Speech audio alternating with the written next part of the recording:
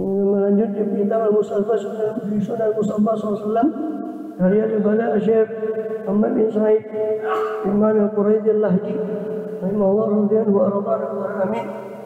Terakhir dalam 2 pertemuan kemarin dan sekarang ini kita sudah masuk pada kitabul faraid atau mawarith, yang mana terakhir dijelaskan tentang makna sabda Rasulullah antara kamalan pada ahli antara kebayaan Pak Ilayya, siapa meninggalkan harta warisan maka itu dibagikan pada keluarganya. Siapa yang meninggalkan doya, sesuatu yang disia-siakan, maka kepada saya lah kembalinya sesuatu itu tadi. Tentu agak menimbulkan beberapa implikasi hukum dari hadis itu. Maksudnya orang meninggalkan hutang, mayit dan sebagainya itu bisa dibayarkan kepada oleh Baitul Mal. Dan ini berlaku ketika atau hadis ini diucapkan oleh beliau SAW ketika Baitul Mal dari boleh katakan negara Madinah yang beliau pimpin itu sudah stabil. Dan itu juga ditandai dengan meningkatnya taraf hidup daripada para sahabat. Di banyak hadis itu di Bukhari maupun di yang lainnya, sahabat itu menceritakan bahwa sebelum Khaybar, jadi penandanya itu adalah pembukaan Khaybar. Sebelum Khaybar kami bekerja sendiri, kata para sahabat. Setelah itu baru mereka mendapat budak dan sebagainya, bisa membeli budak dan sebagainya. Di Khaybar itu juga ada hasil pampasan barang berupa tanah Khaybar dan sebagainya. Yang mereka berkebun di sana. Dan mereka juga, sahabat juga mengatakan, setelah Khaybar itu kami tidak kekurangan kurma. Maka semenjak Khaybar itu, dan juga sebelum itu Rasulullah SAW di awal-awal Islam, ketika ada jenazah, mau nyolati jenazah, beliau pasti tanya, ini orang ada hutang apa enggak? Kalau ada hutang, maka Rasul tidak mau menyolati, silakan kalian sholati. Beliau sudah ikut. Nah, tapi sebagian jenazah ada sebagian sahabat yang mau menanggung.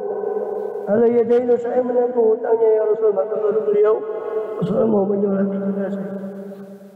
Kasus lain, di jenazah lain ada peninggalan harta ini. Peninggalan harta enggak, ini mayat ada ya Rasul. Berapa? 3 dinar. Ada hutangnya? Ada ya Rasul. Berapa? 3 dinar. Sudah itu. Jadi impas. Peninggalannya 3 dinar, hutangnya 3 dinar. Ya. Ahli warisnya ya gigi jari, tidak dapat apa-apa. Dan itu buat bayar hutang. Kagak Rasul mau nyolati. Terus datang lagi jenazah. Ini ada peninggalan, ada hutang, ada. Maka Rasul, shollu ala sahibikum, sholatlah atas teman kalian. Rasul tidak ikut sholat. Rasul tidak ikut sholat. Kita punya guru Al-Fiqh Pendapat Musa'um, penjelasannya di sini. Itu kata beliau di antara hikmahnya Rasul tidak sholat. Kalau Rasul sholat maka diampuni semua dosanya. Dosa itunya hutang semua impas. Kasihan yang punya hutang tidak bisa nonton. Salah satu hikmahnya. Maka Rasul tidak sholat. Tapi sebetulnya ilat kenapa beliau tidak ya memang itu di antara hikmahnya. Terus kemudian setelah Islam itu pertama setelah Khaybar ya, Islam itu maju dan negara Islam Madinah itu mendapat futuhat, kemenangan-kemenangan di sekitarnya. Sehingga kas negara itu sudah mulai terbentuk namanya Baitul Mal, walaupun itu langsung ditangani oleh Rasulullah waktu itu. Kemudian karena beliau sekaligus sebagai pemimpinnya, maka beliau bersabda, lah itu baru beliau bersabda ini. Setelah mapan negara, maka beliau bersabda, siapa yang meninggalkan harta, silakan dibagi sama ahli waris. Siapa meninggalkan doya itu sesuatu yang sia-sia, yang tidak keurus, baik hewan anak atau apa, maka saya yang urus. Atau dia tidak mampu untuk ngurus, maka saya mati dia itu nanti mewakili kas negara. Ini negara yang mengurus sesuatu yang ditinggali oleh orang meninggal ini, sehingga sedangkan ahli warisnya umpama tidak mampu untuk mengurus, maka doya itu kepada saya. Di riwayat yang lain, "Faman taraka dalan fa ilaina." "Faman taraka dainan fa ilaina." Maka siapa meninggalkan hutang, maka sayalah yang melunasi. Itu di riwayat yang lain. Ketika negara itu sudah mulai stabil, mapan, maka hadis tadi tidak berlaku yang Rasul mengatakan, oh ini ada hutang, ada hutang sholat, itu tidak berlaku lagi. Beliau menanggung hutangnya tadi melalui atas negara itu ditanggung hutangnya orang yang dapat, maka beliau sholat atas jenazah. Itu sudah tidak ada lagi kejadian. Soal itu kejadian di awal Islam. Juga miratul aulad, warisannya anak, ini sudah kita bahas kemarin. Saya cuma mereview dan menyusulkan apa yang belum sempat kemarin disampaikan waktu Sabtu lalu. Majah bil miras itu sudah kita bahas, apa yang datang dalam warisan anak, warisannya anak. Dan sudah kita bahas, ada 15 semua ahli waris kalau kumpul. Ya, ahli waris laki-laki kalau ada 15 semuanya. Dan sudah kita bahas kemarin. Ahli waris perempuan kalau kumpul 10, 25. Kalau dua-duanya ada, ahli waris laki 15 komplit, ahli waris perempuan komplit 10, maka yang dapat cuma 3, itu ayah, ibu, suami atau salah satu dari istri atau suami, terus anak. Maka yang dapat cuma 5, ayah, ibu, suami, istri, anak, kalau kumpul semua. Ini yang pasti dapat. 5 ini yang pasti dapat. Ya. Kemudian ahli waris itu dibagi lagi.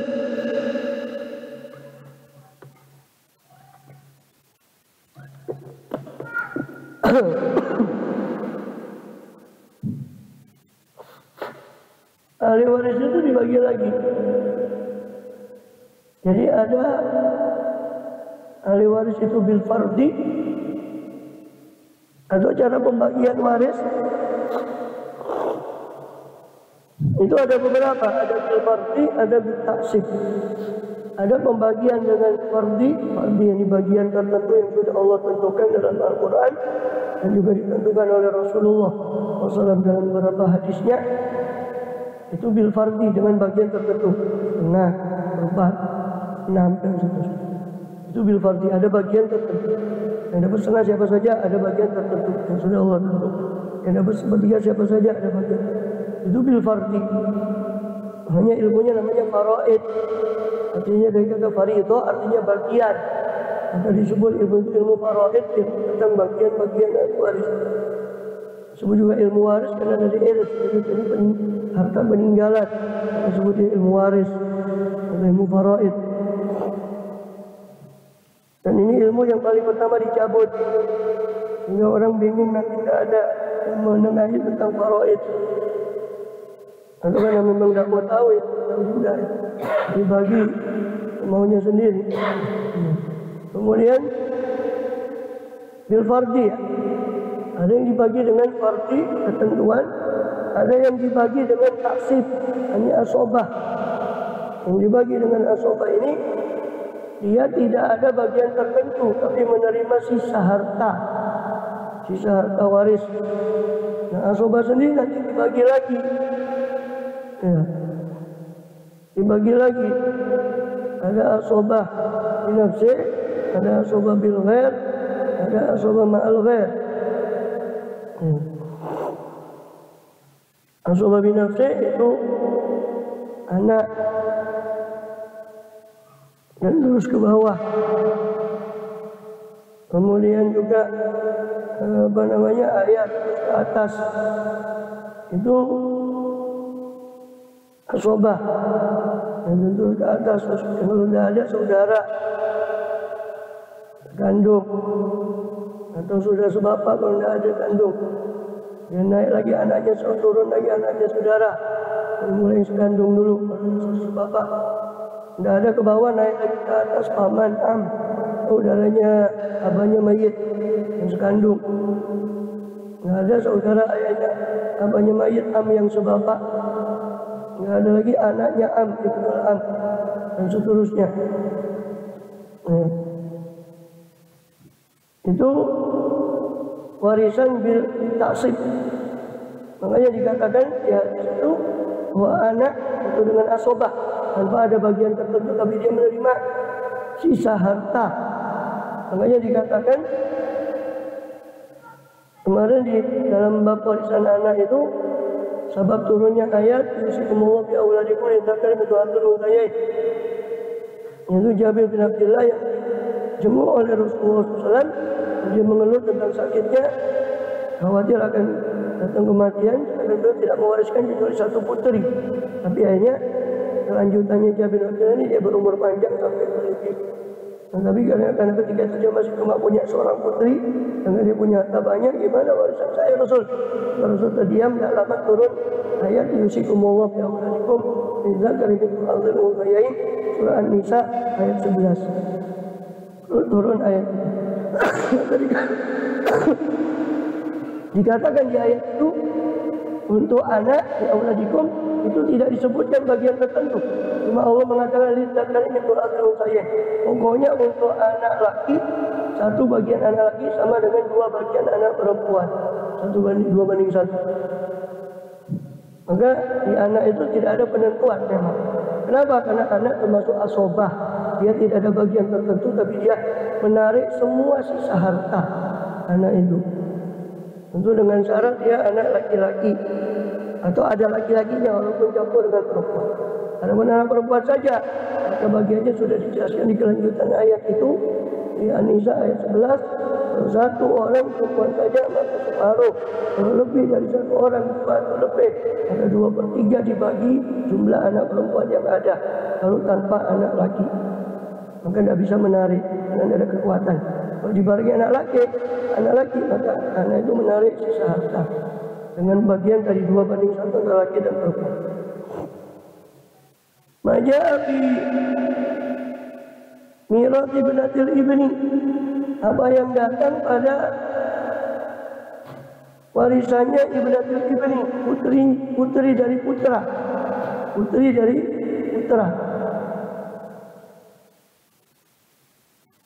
cucu itu ke bawah itu baru bisa dapat warisan dengan syarat nyambungnya ke mayit dengan anak laki. Walaupun cucu yang mau menerima warisan perempuan, tapi ke atasnya dia nyambung ke mayit dari jalur laki itu yang dapat. Jalur perempuan nggak dapat.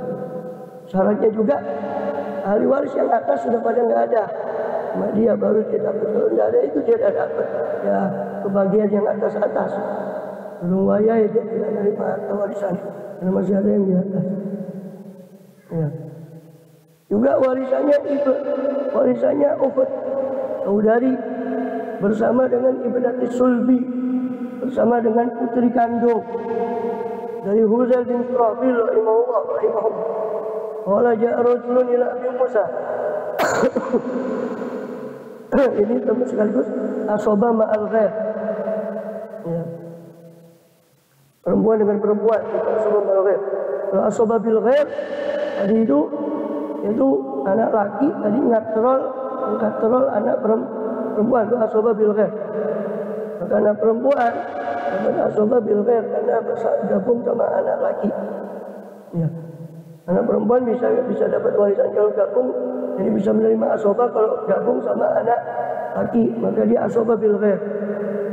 Nah kalau ini perempuan sama perempuan asobah ma'al ghair karena sama-sama, ya, gampangnya sama-sama menyatukan kekuatan baru dia dapat tarik. Kalau lagi nggak perlu menyatukan kekuatan, cukup si laki itu yang nggak turun. Makanya bil ghair. Kalau yang ini ma'al ghair karena sama-sama dapat sisa harta dengan menggabungkan menggabungkan kekuatan mereka gampang itu. Bisa narik harta itu untuk bagiannya untuk bersama-sama ma'al ghair bersama dengan yang lain. Sebab kalau saudari sendiri saudari perempuan sendiri dengan syarat si mayit tidak punya anak sama sekali. Saudari cuma punya satu saudari perempuan, maka satu saudari perempuan ini dapat setengah harusnya. Ibnati sulbi sendiri ini sebelum bergabung ya.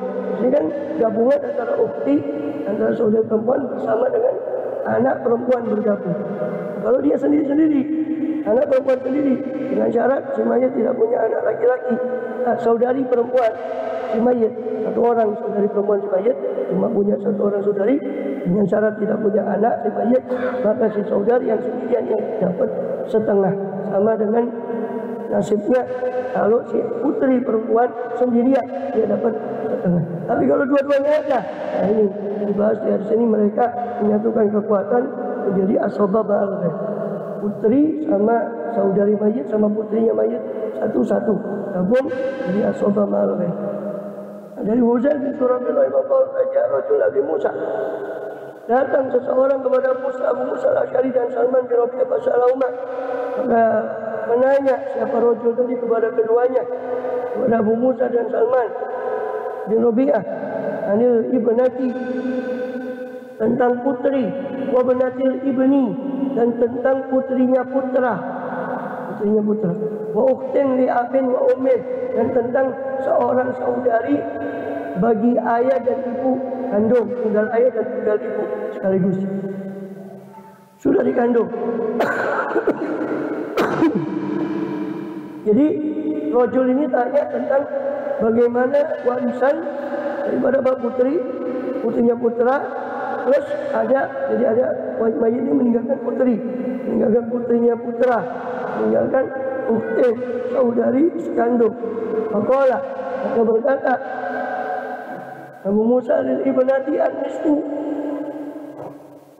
Ini nanti dikoreksi pembagiannya Abu Musa Asy'ari ini dikoreksi oleh Abdullah bin Mas'ud. Ya.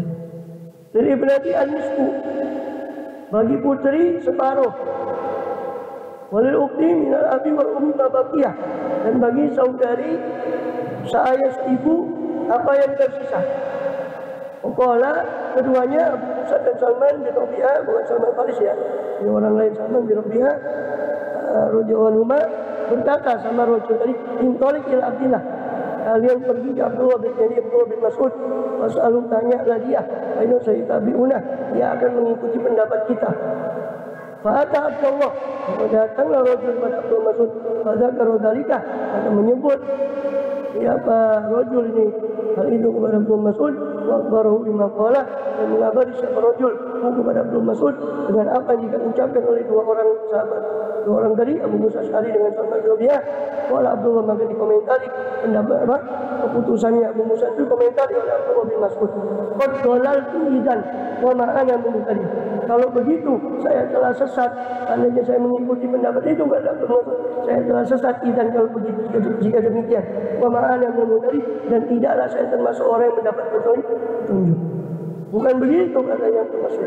Walakin abdi bima kama qala Rasulullah sallallahu alaihi wasallam, saya memutuskan pada keduanya tentang sebagaimana tokoh, bagaimana telah memutuskan siapa Rasulullah sallallahu alaihi wasallam ibnati an-nisfu, yaitu itu milik ibnati, milik putrinya, ada cuma satu orang, an-nisfu, tidak ada putra lain, cuma satu perempuan, an-nisfu, separuh. Wali benatil ibni as-sudusu takmilatan tulutain, dan bagi ibnatul ibni, putrinya putra, sudus 1/6 takmilatus tulutain, sebagai penggenap 2/3. Penggenap 2/3, setengah kan itu sama dengan berapa? 3/6. Ya, setengah itu sama dengan 3/6. Putri itu dapat 1/6, jadi 4/6. 4/6 sama dengan 2/3. 2/3. Ini apa? Bedanya asobah bil ghair sendiri, kalau surahnya itu ahli waris laki ngatrol ahli waris perempuan, jadi anak laki ngatrol anak perempuan, itu bil ghair. Disebut bil ghair karena dia sendiri tanpa asobah pun dia sudah bisa ngambil harta tanpa yang perempuan. Tapi perempuan perlu karena dia dapat itu kelawan karena ada yang lagi. Tapi ma'al ghair itu dua-duanya kalau misah dia tidak kuat. Si ini yang putri sendirian itu kurang kuat. Yang 7 perempuan putri dan putra kalau sendirian kurang kuat. Tidak mungkin kekuatan makanya disebut ma'ah bukan bi. Tapi ma'al ghair dibedakan. Biasanya itu perempuan sama perempuan. Ma'al ghair itu cuma bibi sama ponakannya sama anaknya mayit, putrinya mayit, atau kasusnya ini 7 perempuan sama anaknya mayit. Nah, 2 kasus seperti ini nanti jadi asobah ma'al ghair. Ya. Maka di sini ibnatul ibni dapat berapa? Sudus 1/6. Takmilatus sulusain atau takmilatus sulusain. Sudus itu takmilatus sulusain. Penyempurna penggenap 2/3. Disebut takmilatus sulusain karena 1/6 ini kalau dijumlahkan dengan bagiannya si putri tadi setengah, penyebutnya disamakan per 6. Jadi setengah jadi 3/6 dengan 1/6 berarti 4/6. 4/6 sama dengan 2/3. Takmilatus sulusain. Jadi 1/6-nya yang didapat oleh putrinya putra sebagai penggenap daripada 2/3. 2/3. Jadi ini putrinya putra cucu dikatrol sama putrinya mayit karena sama-sama mengangkat kekuatan, maka dia dapat si putrinya putra ini dapat bagian. Ya. Itu asobah ma'al ghair. Asobah ma'al ghair. Kemudian walil ukhti ma baqiyah. Dan bagi saudari sisanya. Bagi saudari itu sisanya. Sisa dari 2/3 itu. Itu 1/3. Ada hadisun sahih. Ini hadis sahih.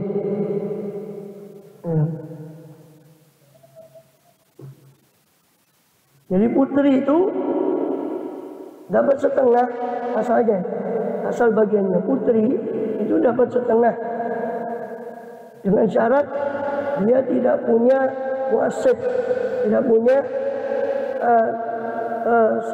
seorang yang setara dengan dia yang bisa mengasobai dia, yaitu saudara laki-laki.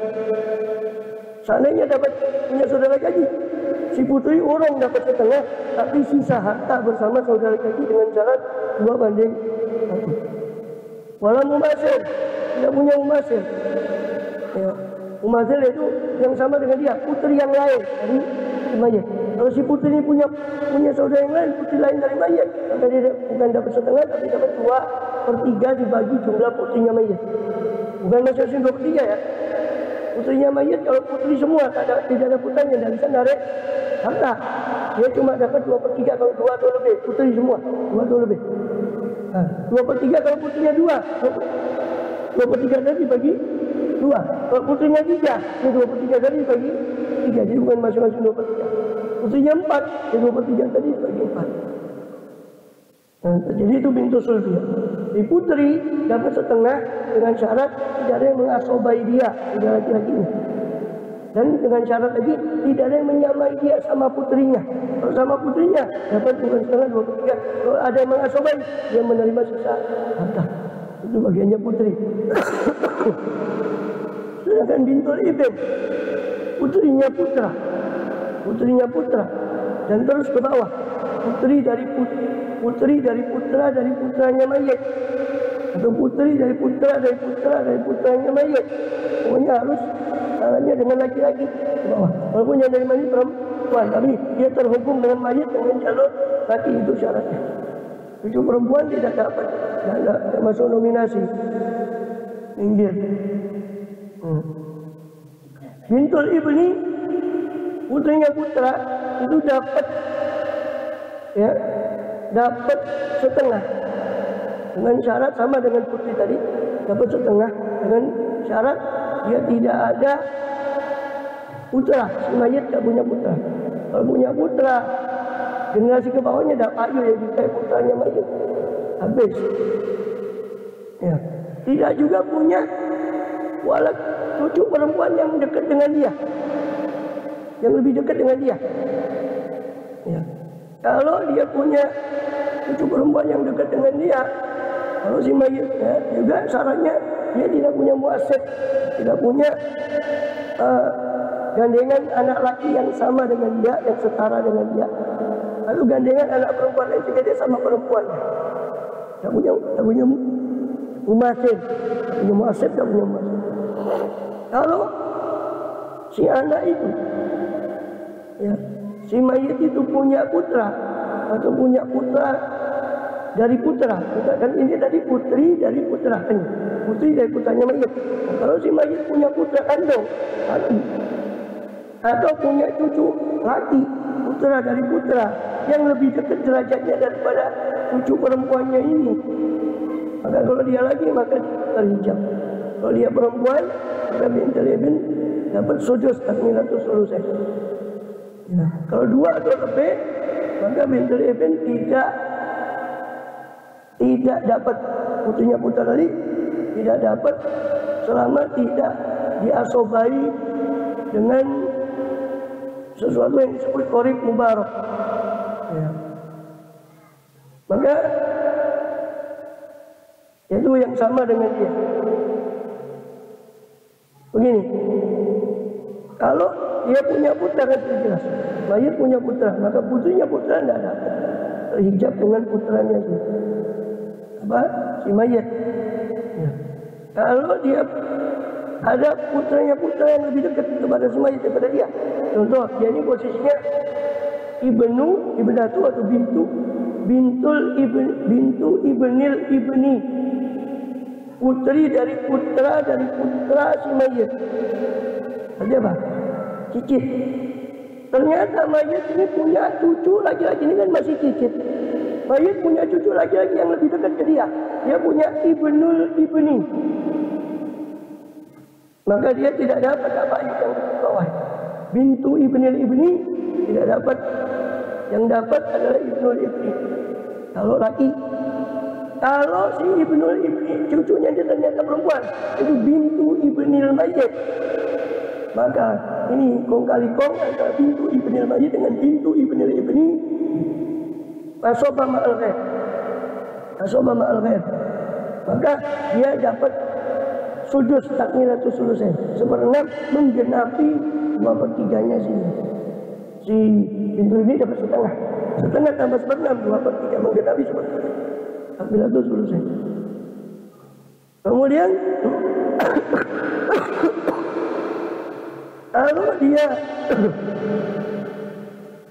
kalau si ibnatul ibni ini punya muasib, punya ahli waris laki-laki yang mengasobai dia, punya asobah bil ghaib, maka dia berubah dari asalnya punya jatah setengah atau 1/6 tadi, berubah menjadi tanpa jatah tertentu tapi dia menerima asobah. Kalau umpama ada si bintul ibni atau bintu ibnil ibni ini punya yang sejajar dengan dia yang laki, itu ibnu ibnil ibni, yang sejajar dengan dia, maka dia bisa menjadi asobah bagi si ya, dengan syarat tentunya tidak ada ahli waris yang ke atas, yang di atasnya ternyata ada yang teh itu dong wayain ngalau sing nom sing tuwa sik jatai konten ono sing tuwa bar jatai nek ono ya. Jadi kalah dengan syarat tentunya tidak ada ahli waris yang di atasnya. Maka bintu ibnil ibni, kalau seandainya ada ibnu ibnil ibni yang sejajar dengan dia yang laki bisa mengasobai dia, maka dia menjadi asobah. Dia tidak kurung menerima setengah atau 1/6, dia menerima jatah sisa dari ahli waris. Ya. Kemudian tentu dengan syarat dizakari mithlu hadzal unthayain 2/1. 2 bagian laki-laki, 1 bagian perempuan. Ya. Kemudian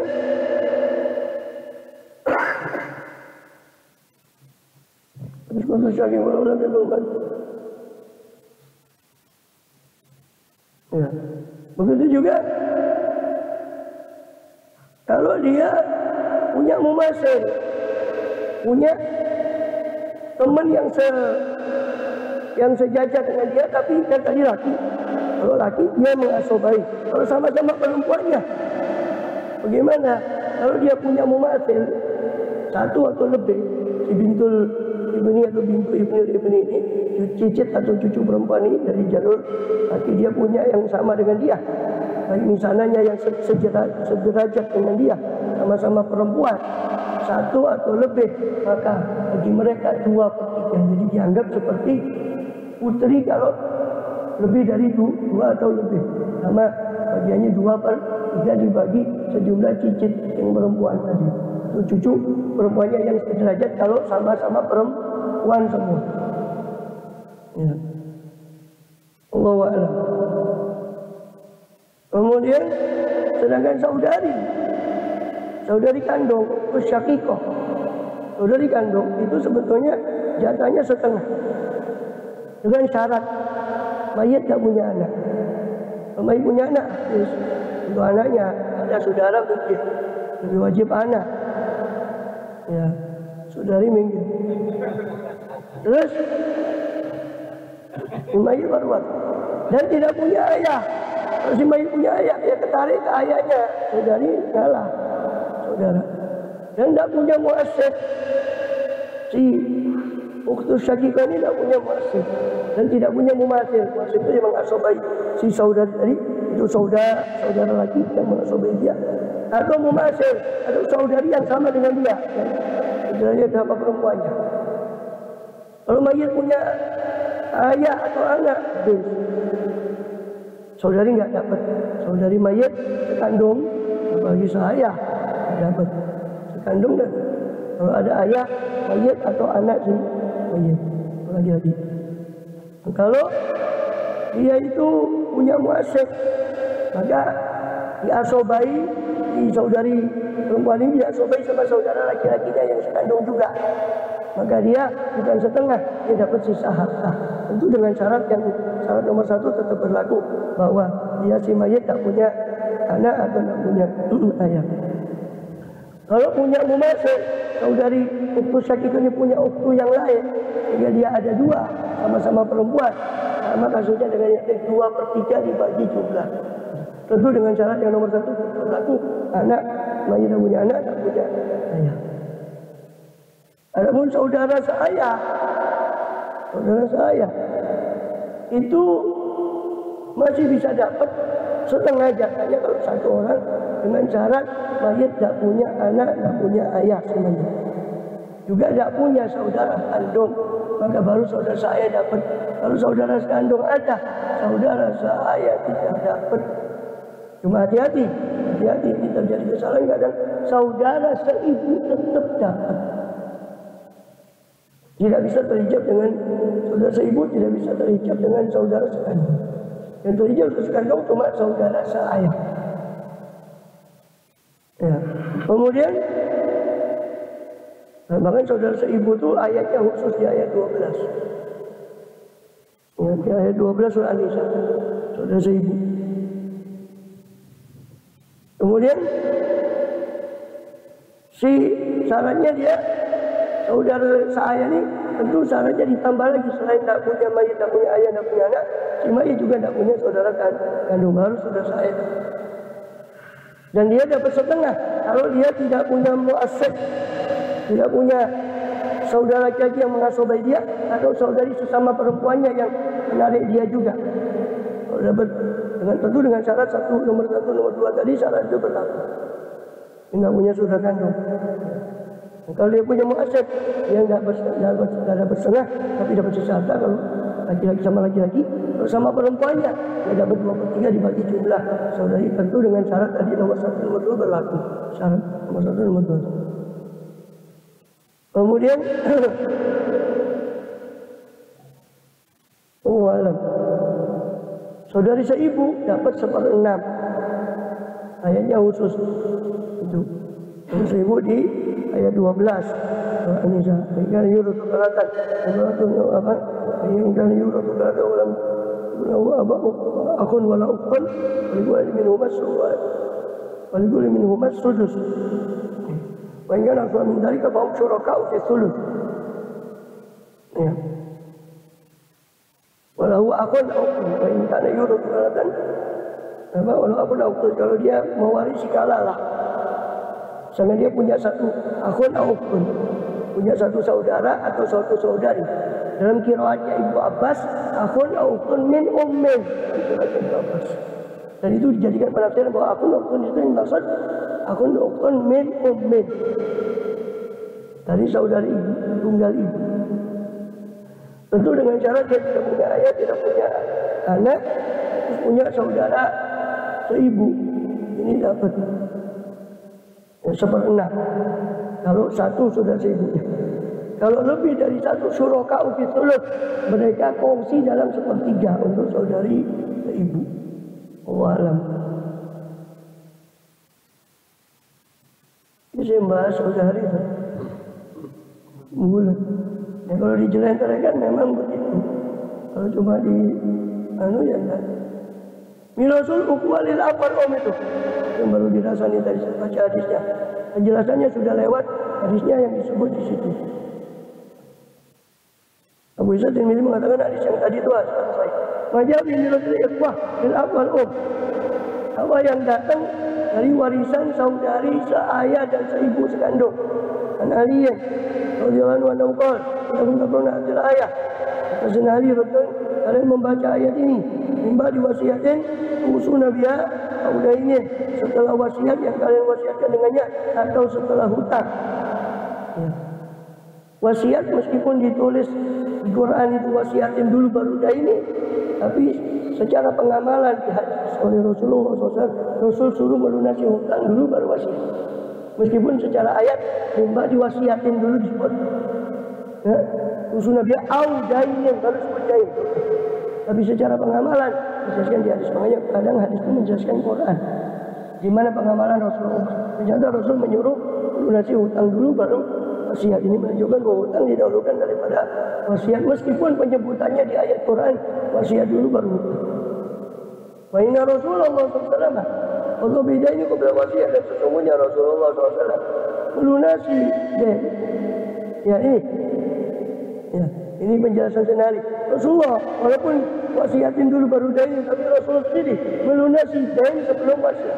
Melunasi hutang sebelum wasiat. Itu pengamalan. Dan itu yang dipakai oleh para sahabat, para ulama. Bukan urutan wasiat baru dain, tapi dain dulu baru wasiat. Yang dipakai pengamalannya Rasul. Wa inna ayana banil ummi.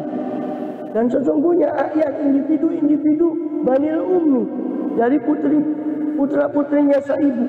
Ibu, dia tawaratuna duna banil Allah. Mereka saling mewarisi selain saudari seayah, selain banil Allah, anak-anak yang seayah. Ar-rajul yaitu apa li abi wa ummih, duna abi li abi. Dan rajul lagi-lagi mewarisi saudaranya yang seayah dan seibu, bukan saudaranya yang seayah saja. Jadi dari situ kita simpulkan bahwa meskipun penyebutan wasiat dulu di ayat barudan, dari pengamalannya kalau ada wasiat dan ada hutang bagi mayit, maka hutangnya mayit didahulukan daripada wasiat. Kedua, poin kedua di situ bahwa saudari seibu tetap dapat tidak terhijab dengan saudari seayah seibu. Dengan tidak terhijab. Mereka hanya terhijab dengan pewaris asli yaitu anak atau pewaris dekat anak atau ayah itu yang bisa menghijab. Saudara saya seibu tidak bisa menghijab saudari seibu saja. Sebaliknya saudara seabah saja tidak dapat kalau ada saudara sebapak dan seibu. Dan masing-masing sudah saya jelaskan tadi perinciannya. Wallahu a'lam bishawab. Mirasul jaddah, warisan nenek.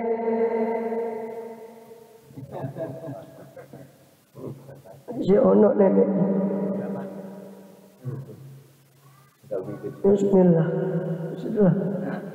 Ini adalah dia yang kabul masalah. Insyaallah